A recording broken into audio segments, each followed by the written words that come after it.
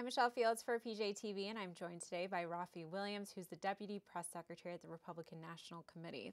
Thanks so much for joining me. Thanks for having me. Okay, so tell me, what, if anything, is Congress going to accomplish between now that they've come back into session, to November elections? Well, there are two things here. So you have to separate the House from the Senate, obviously. And the House is really going to make their closing arguments. They're going to pass bills for energy independence. They're going to pass the CR to keep our government open. They're going to pass bills that restore the 40-hour work week and take away the attacks that Obamacare has done on our economy. And they're going to make sure that we're ready to go with our jobs bills and grow the country. Whereas the Senate's going to continue doing political stunts. You see Reid's attacking the First Amendment this week, an attack that even takes down newspapers because it would make it illegal for newspapers to endorse candidates.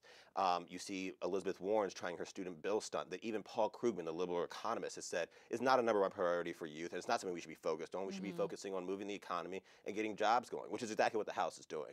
So you really see one party, one branch is just doing complete stunts, and the other one's actually trying to get America moving again and making the closing arguments for why Republicans should be in charge of the Senate come next cycle. And the November elections are sneaking up. What are some of the issues that people care about the most right now? Is it immigration? Is it Obamacare? I mean, we really haven't heard much about Obamacare lately. What is Obamacare is still a big issue. You look at Virginia, for instance, 250,000 health plans were just lost because of Obamacare. The House is still focusing on it. They'll be passing a bill that will say if you like your plan, you can keep it. The same promise Obama's made time and time again. They're going to make him stay true to his promise. So Obamacare is still going to be an issue. But the big issues right now are jobs, the economy, the border crisis, and you're going to see foreign policy playing a huge role. There are articles coming out just recently about how foreign policy is really an attack issue that Republicans are on the advantage of. We have a 23-point advantage over Democrats, and they say who can keep America safest. And so that's something that's going to be big and come up time and time again, especially with great candidates like Tom Cotton and Joni Ernst, who have a strong military background.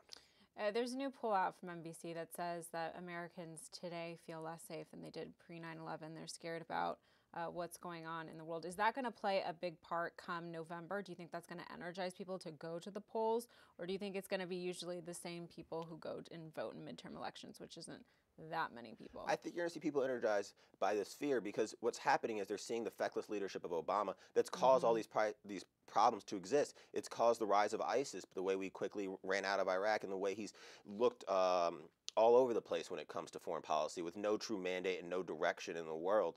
I was reading an article today that said, had a foreign policy expert say, you know, America's still a world power. We're still the #1 power in the world, but Obama's not acting like it. And I think that's really true. So it's lack of leadership. It's a lack of leadership at the top, and that's going to drive people to the polls because they don't want people who are just going to be rubber stamps for Obama. And you have to remember, the Democrats who are up this cycle, over 90% of the time, they voted with Obama, lock and step with him, and they become a rubber stamp for the Obama agenda, which is hurting America abroad and domestically. Well, we'll keep our eye on that. Thank you so much for joining us today, Rafi. Thank you so much. For PJTV, I'm Michelle Fields. Thanks so much for watching.